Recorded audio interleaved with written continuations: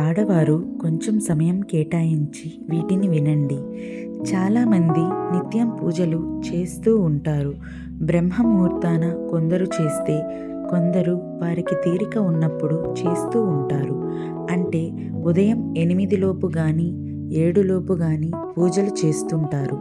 అది కూడా కుదరని వారు ఉదయం 10 గంటల లోపు పూజలు చేస్తూ ఉంటారు. అయితే అంతకు మించి 10 దాటిన తరువాత నిత్య పూజ చేయకూడదు. ఇది కూడా ఏదైనా ఆరోగ్యం సరిగా లేక పూజ చేసుకోవాలని ఉన్నా టైం కుదరని వారికి మాత్రమే వర్తిస్తుంది.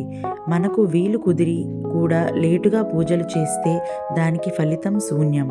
అయితే చాలామందికి ఉన్న సందేహం ఏమిటంటే, సాయంత్రం పూట కూడా మనం దీపారాధన చేస్తూ ఉంటాం. కొందరికి అలవాటు ఉంటుంది. కొందరు ఉదయం మాత్రమే దీపారాధన చేస్తారు. సరిపోతుంది. మీకు వీలు కుదిరితే సాయంత్రం పూట చేసే దీపారాధనకి ఎక్కువ ఫలితం వస్తుందని మన పెద్దవాళ్ళు చెప్పారు. కాబట్టి చేసుకోవచ్చు. మరి ఉదయం పూజ అయితే మనం శుభ్రంగానే ఉంటాం. ఉదయం లేచి కాలకృత్యాలు తీర్చుకొని స్నానం చేసి పూజ చేస్తాం కాబట్టి మనకి ఇబ్బంది అనేది ఉండదు. కానీ సందేహాలు అన్నీ సాయంత్రం పూట చేసే పూజ కోసమే వస్తుంటాయి. సాయంత్రం పూట పూజ చేసేటప్పుడు ఉదయం నుండి మనం అలానే ఉంటే పర్వాలేదు. ఒక్కొక్కసారి కొందరు వాష్రూమ్కి వెళ్ళి వస్తూ ఉంటారు. లేదంటే ఇంట్లో చంటి పిల్లలు ఉంటే వారి అవసరాలు కూడా తీరుస్తూ ఉంటారు.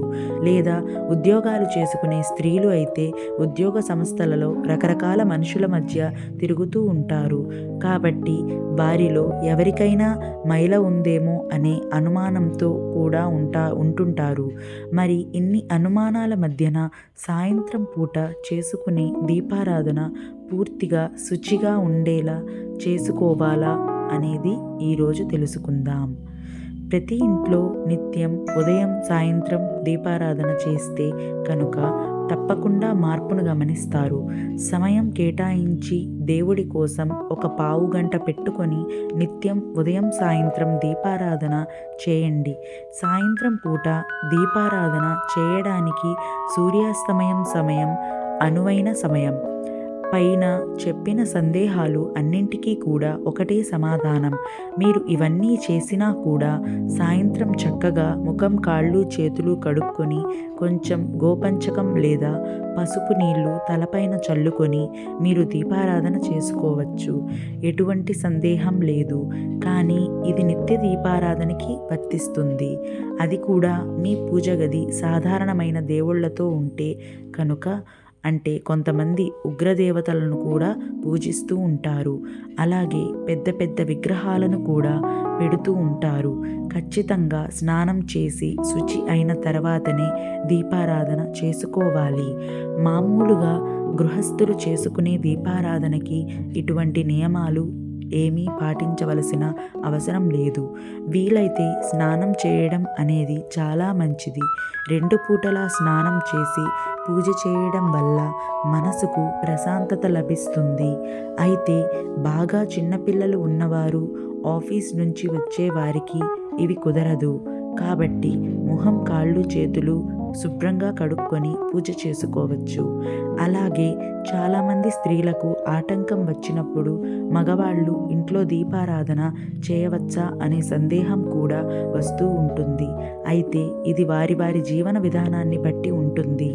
అంటే ఎవరైతే ఆటంకం వచ్చిన స్త్రీ ఆ ఇంట్లో తిరుగుతుంటే కనుక మీరు ఖచ్చితంగా ఆ 3 రోజులు ఇంట్లో పూజలకు సంబంధించిన ఏ కార్యక్రమం చేసుకోవడం కానీ, మగవారు గుడికి వెళ్ళడం కానీ చేయకూడదు. ఒకవేళ మీకు పూజ గది విడిగా ఉండి ఆటంకం వచ్చిన స్త్రీలు కూడా నియమాలు పాటిస్తూ ఎవరినీ ముట్టుకోకుండా ఉంటే గనుక చేసుకోవచ్చు. ఈ రోజుల్లో ఇలా ఎవరికీ సాధ్యం కాదు. కాబట్టి ఆ 3 రోజుల్లో పూజ చేసుకోకపోవడం నిలిపివేయడం మంచిది. అలాగే ఆటంకమైన ఎన్ని రోజుల నుంచి పూజ చేసుకోవాలని సందేహం ఉంటుంది. ఆటంకమైన 5వ రోజు నుంచి మీరు పూజ చేసుకోవచ్చు. అది కూడా మీకు వీలు కుదిరితేనే చేసుకోవాలి. మీరు ఇబ్బంది పడుతుంటే చేసుకోకూడదు.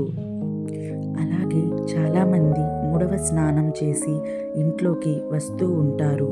మూడో స్నానం ఖచ్చితంగా దేవత కార్యక్రమాలకి కానీ మిగిలిన కార్యక్రమాలకి కానీ పనికిరాదు. పూర్తిగా శుద్ధి అయినట్టు కాదు. 3 సార్లు మూడవ స్నానం చేయడం వల్ల ఒక్కసారి ఇబ్బంది మీరు ఇంట్లో కలుపుకున్నట్టే లెక్క అని మన పెద్దవాళ్ళు అంటూ ఉంటారు. కాబట్టి 4వ స్నానం చేసిన తర్వాత మాత్రమే ఇంట్లోకి రావాలి. అలాగే 3వ స్నానం చేసి కొందరు ఇంట్లో ఉండే ఉప్పు పప్పు అన్నీ ముట్టుకుంటూ ఉంటారు. అవన్నీ విడిగా పెట్టుకోవాలి. కానీ అవన్నీ అలా ముట్టుకోవడం వల్ల వాటికి ఏమీ కాదు. కానీ మనం వాటిని తిరిగి ఏ పూజ రోజున దేవుడికి సంబంధించిన కార్యక్రమాల కోసం వండే ప్రసాదాలలో వాడేస్తూ ఉంటాము. లేదా ఆ రోజు మనం పూజ చేసుకొని ముందుగా ముట్టుకున్న పదార్థాలతో చేసిన వంటకాలను తింటూ ఉంటాము. ఇది అసలు మంచిది కాదు. ఇలా చేయకూడదు. 4వ రోజు స్నానం చేసి ఇంట్లో అన్ని పనులు చేసుకోవచ్చు, అన్నీ ముట్టుకోవచ్చు.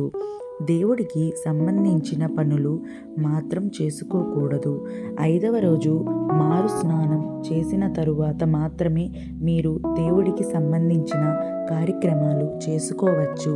అది కూడా 5వ స్నానం మధ్యాహ్నం 12 గంటల లోపు చేసేయాలి అని మన పెద్దవాళ్ళు అంటారు. అలా చేయకపోతే కాశీలో గోవును బలి ఇచ్చినంత పాపం కలుగుతుంది అని చెప్తూ ఉంటారు. అందుకే ఎంత పని ఉన్నా 5వ రోజు మారు స్నానం మధ్యాహ్నం 12 గంటల లోపు చేస్తే మంచిది. అలాగే కొంతమంది 4వ స్నానం చేసినప్పుడు షాంపూ కుంకుడుకాయలతో స్నానం చేస్తూ ఉంటారు. మరలా 5వ రోజు మారు స్నానం చేసేటప్పుడు తలపై నుంచి నీళ్లు పోసేసుకుంటూ ఉంటారు. ఇలా అస్సలు చేయకూడదు. తలపైన షాంపూ కానీ కుంకుడుకాయని కానీ పెట్టుకోకుండా చేసే తలస్నానం అది లెక్కలోకి రాదు. అలా చేసిన తలస్నానం వల్ల మీరు శుద్ధి అయినట్లు కాదు. ఖచ్చితంగా 5వ రోజు కూడా మీరు షాంపూను కానీ కుంకుడుకాయని పెట్టుకొని తలస్నానం చేసి తీరాలి. ఇక స్నానం చేసిన తరువాత ఇల్లంతా ఎలా శుభ్రం చేసుకోవాలి, ఇల్లంతా ఎలా శుచిగా ఉంచుకోవాలి, మళ్ళీ మనం పూజలు ఎప్పుడు మొదలు పెట్టాలి అని అంటే మీరు 4వ స్నానం చేసిన తరువాత గోపంచకంతో చిటికెడు పసుపు వేసి దాన్ని ఇల్లంతా చల్లాలి. అలాగే మీరు కూడా తలపైన కొంచెం వేసుకోవాలి. ఇప్పుడు ఇల్లంతా శుద్ధి అయినట్టే. దేవుడి గదిలోనూ ప్రతి చోట మీరు ఎక్కడెక్కడ అయితే తిరిగారో ఆమె ఏమేమి అయితే ముట్టుకున్నారో అన్నింటినీ కూడా ఇలా శుద్ధి చేసుకోవాలి. స్త్రీలు వంటగదిలో అన్నీ ముట్టుకోకుండా ఆ 3 రోజులకు సంబంధించిన 3 డబ్బాలుగా పెట్టుకొని అవి మాత్రమే వాడుతూ ఉంటే మంచిది. అలాగే ఇల్లంతా కడుక్కోవాలి. కానీ ఇప్పుడు ఆ పరిస్థితి లేదు కాబట్టి ఇల్లంతా ఉప్పు వేసిన నీళ్లతో చిటికెడు పసుపు వేసి దానితో ఇల్లు శుభ్రం చేయాలి. అలాగే మీరు పడుకున్న పక్క బట్టలు, మీరు తగిలిన బట్టలను, డోర్ మ్యాట్లు ఇవన్నీ కూడా తీసేసి చక్కగా ఉతికి వేసుకోవాలి. ఇవి ఇప్పటి తరం వాళ్ళకి చాదస్తంగానే కనిపిస్తుంది. కానీ వీటిని ఆచరించకపోతే వచ్చే నష్టాలను మనం తట్టుకోలేం. కాబట్టి మన పిల్లలకి వీటిని అర్థం అయ్యేలా చెప్పాలి. ఈ వీడియో గనక మీకు నచ్చినట్లయితే ప్లీజ్ లైక్ చేసి ఛానల్ని సబ్స్క్రైబ్ చేసుకోండి. పక్కనే ఉన్న బెల్ ఐకాన్ను ప్రెస్ చేయండి. Thank you for watching this video. Thank you.